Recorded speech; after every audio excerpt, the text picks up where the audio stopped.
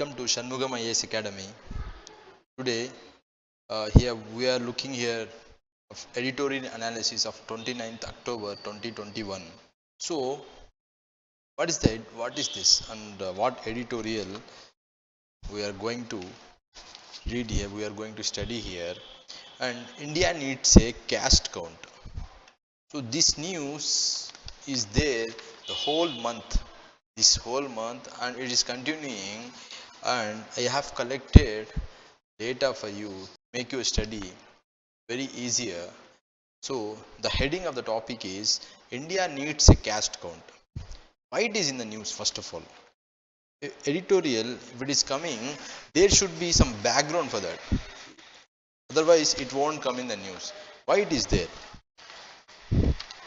Actually, it is in the news because some of the majority of the opposition and the regional leaders has met Prime Minister of India, that is in favor of counting caste in the country's census.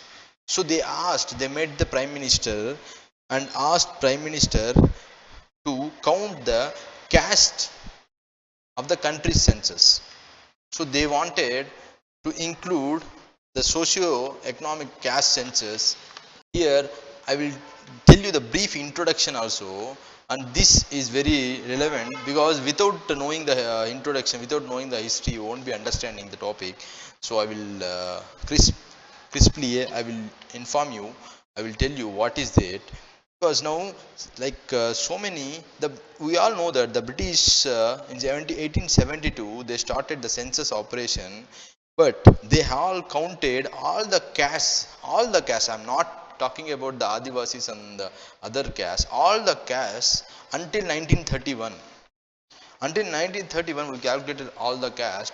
Here I will be telling you the Constituent Assembly sat together 114 times to draft a visionary constitution for India. So these many times they sat to draft the constitution for our country, that is to target transforming an ancient civilization into a modern nation. So that time they wanted to convert, that is to for transform into ancient civilization to modern nation state. So here the preamble states that there would be justice, that is social, economic and political, and equality of status and opportunity. If you read the preamble, these words should be there. And the Sachar committee report recommended setting up of a national data bank. So what is national data bank here? So we won't go vague here. We won't read. We won't reading, and we are not going. I am explaining you here. Such a committee has given a report on setting up of national data bank. So you need to know what is national data bank here. And one more thing, like this topic will cover under GS paper 2 social justice in the mains format, and prelims also. These are committee's names.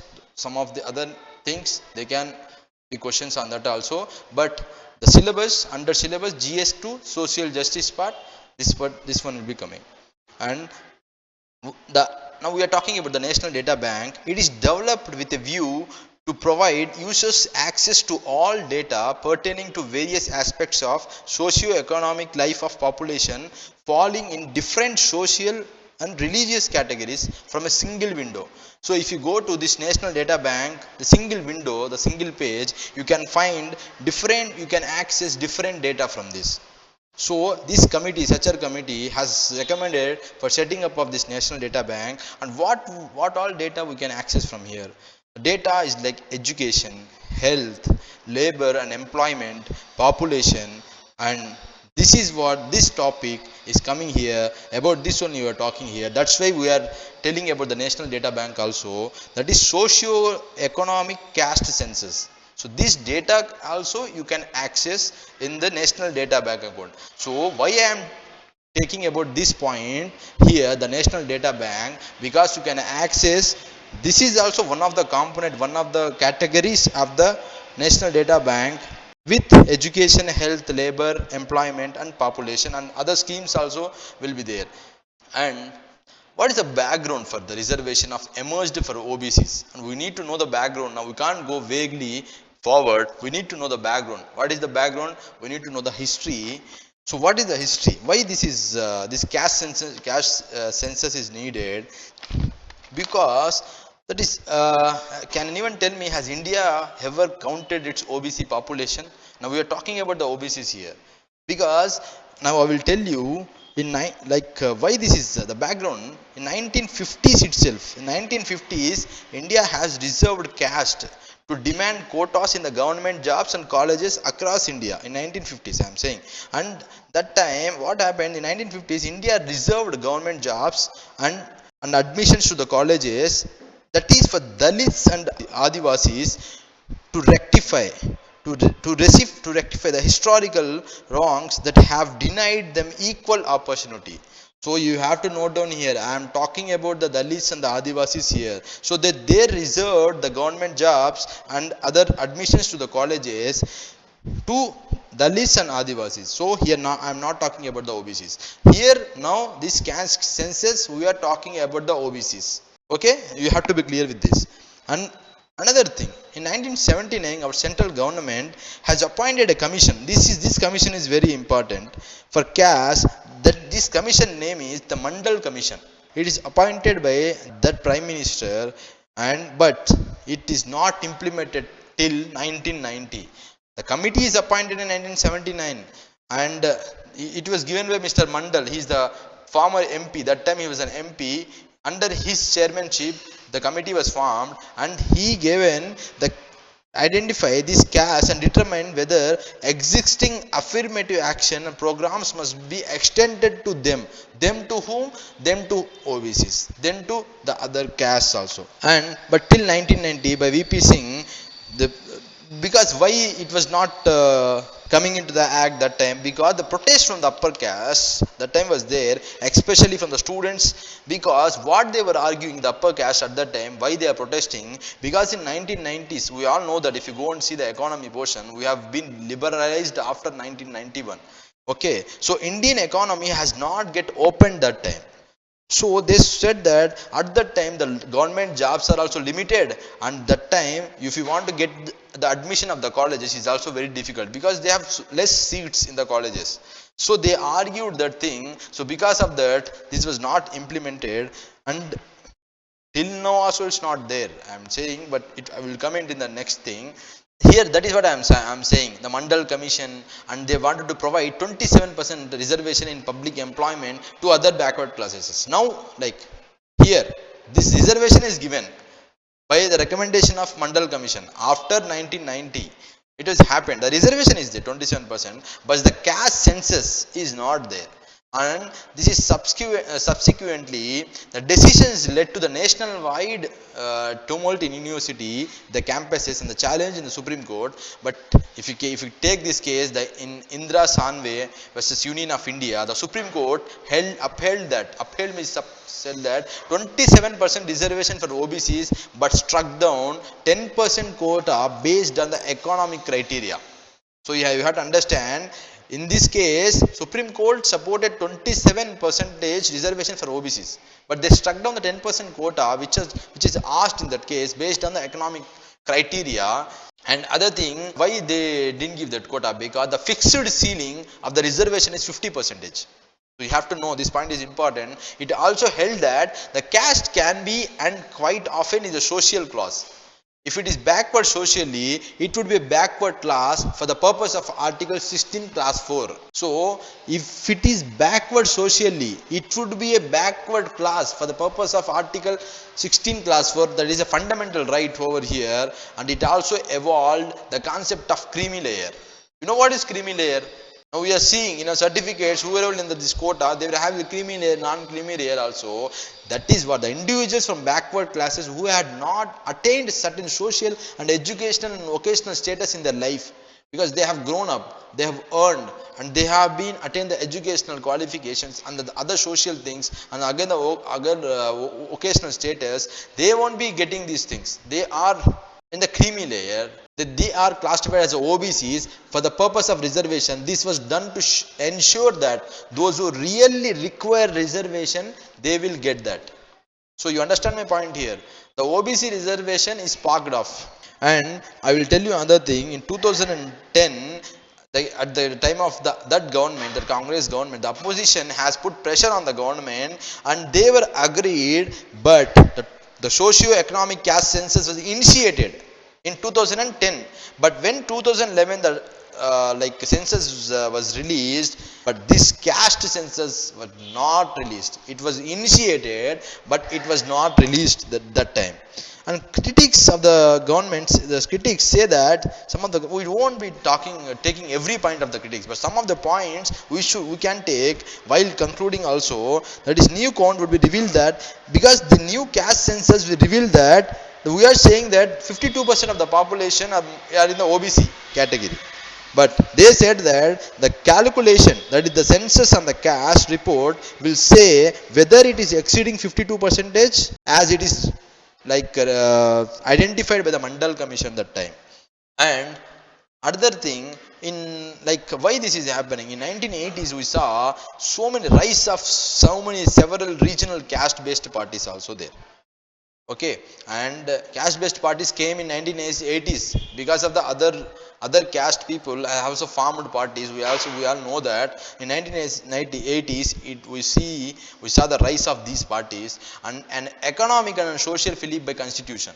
In order to fulfill this egalitarian construct of the constitution, we have the modern India has incorporated the chapter of fundamental rights, the three path breaking postulates, that is article 17, it comes under fundamental right, abolishing of untouchability, and article 23, that is prohibition of traffic in human beings and forced labor, and article 24, prohibition of child labor.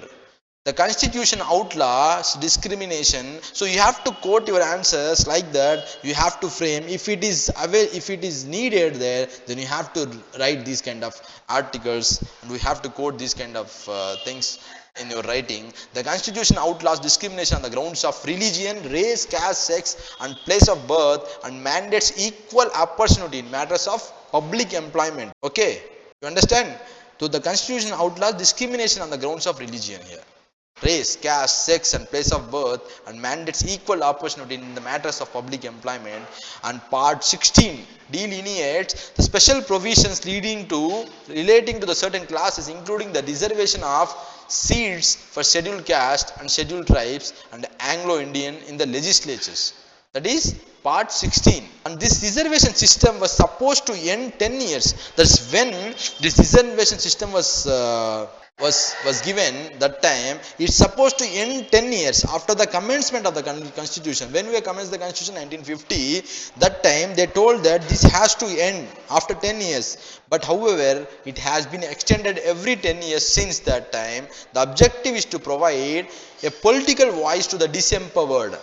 So what is the objective here? We need to understand the political voice is needed to provide voice to the disempowered. And article 335 provides for the reservation for SCs and STs in the public employment, both under the union and the states. This article is important because this comes under the reservation category. Article 335, SCs and STs in public employment, both under the union and the states. The constitution thus provides both an economic and social fillip to the weaker sections who had been discriminated against historically. The aim to bring about social integration. The social integration is very important. The aim is to bring about the social integration that could pave the way for the creation of classless ethos, not classical, classless ethos here. The caste census will benefit in policy making. How it can benefit in policy making? This is another heading here. The purpose of the caste census is not merely geared to the reservation issue. A caste census would actually bring to the fore a large number of issues that any democratic country needs to attend. And the caste census will generate, I'm not talking about the normal census which is taken for every 10 years. I am talking about the caste census. You need to understand. The caste census will generate exhaustive data, will allow policymakers to develop better policies and implement strategies, and will also enable more rational debate on the sensitive issues. So this is a very good point, very important point. These caste census will generate exhaustive data. We have the data, and policy makers, it will make them easy to develop better policies and implement their strategies, and will also enable more rational debate on sensitive issues also. And the Supreme Court of India has time and again asked the government to provide the data related to caste, because the judiciary will always interrupt. They ask the government to provide the data related to caste. However, this has not been possible due to the non-availability of such data, because they asked but the data is not there. When data will be there? If you conducted the census, the caste census, then only we will have the data, then only we can put it in the data. I have told you the national data bank. So we don't have that. So in future we are like willing to see that as a result our national life suffers from mutual distrust and misconceptions among different castes. Okay, and the demand for caste census for real transformation of India, and this is important, the demand for a caste census is growing louder, and its findings can be used to cross the 50% hurdle. The 50% hurdle which is fixed for the reservation, if it can be empirically established, the OBCs are numerically higher. Perhaps it could be argued that the 50% cap on the reservation is redundant here. So nations are built by an intricate interplay of social inclusion and meritocracies. So the nations are built by the meritocracies and also the social inclusion. Both should be there. The previous government had reluctantly to socio-economic and caste census in 2011 that it then rigorously implemented. It should have been implemented, but it's not done. But in 2016 the parliament is I have this news here, but I have collected all the data about the background of the history. This can be like the entire thing is in this editorial I have given you here, and this can be very good for you in the prelims and the mains point of view. However, the present government told Supreme Court after this meeting was held by the Prime Minister with the other regional parties, the present government told to the Supreme Court and Parliament that caste census data are flawed and cannot be released. So that is why this issue is in the news, and it can be we can see in the future also what is happening. We have to wait and see. The assertion that files is that observation of the Parliament Standing Committee on Rural Development, and over the time what has been forgotten is the original dreams of the transforming India into an egalitarian and classless society. I have told you earlier only, before starting the class, I have told you what we have forgotten here. What was our original dream? To transforming India into a egalitarian and classless society. So here, by saying this, I will conclude. The conclusion is important. What you understand from the given thing, you have to conclude. The conclusion here is the vision of the makers of the forefathers of independent India, given that economic stimuli have not brought about societal integration. So economic stimulus has not brought about societal integration. They said very good point here, and judicially determined that caste is synonymous with class, and fresh socio-economic caste census is imperative if the previous one is flawed and cannot be released. So what they have said, the main point is that the government told the previous caste census was flawed. That means it is gone. So we can't release the data. So what we can do, we can conduct a new socio-economic caste census, and we can release the data. The fresh data can be released. This is possible. If that is not possible, we can do this. By doing this, so many good things will happen, and the policymakers, they can formulate many policies. And once the economic and social status of every caste group is a new intervention strategy, and the focus of affirmative action, that is shift from the individual to a caste group as a whole, only when all castes are equal then the society becomes the egalitarian. Very important point. In the conclusion, the final point, I am concluding by saying the all castes are equal. Can society to become an egalitarian and a classless society? So this is a very good point. By here, I am ending this editorial analysis. And if you have any queries, any comments, please tell us in the comment section. And thank you so much for listening to me. Thank you.